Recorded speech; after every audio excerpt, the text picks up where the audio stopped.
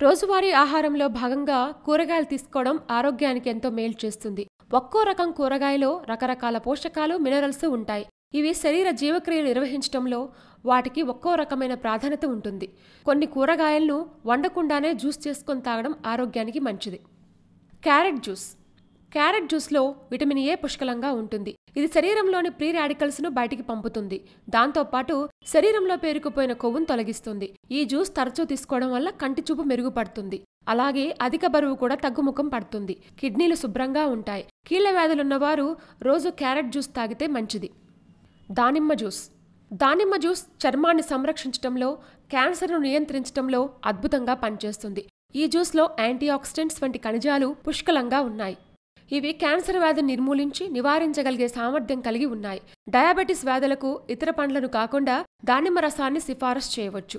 ఎందుకంటే ఇది రక్తంలో చక్కెర, కొలెస్ట్రాల్ స్థాయిల్ని తగ్గిస్తుంది.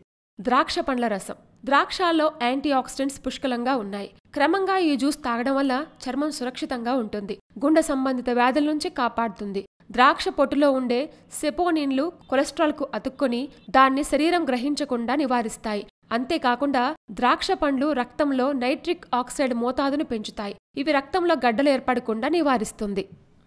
ఇలాంటి మరిన్ని విశేషాల కోసం మా ఛానల్ని సబ్స్క్రైబ్ చేయండి.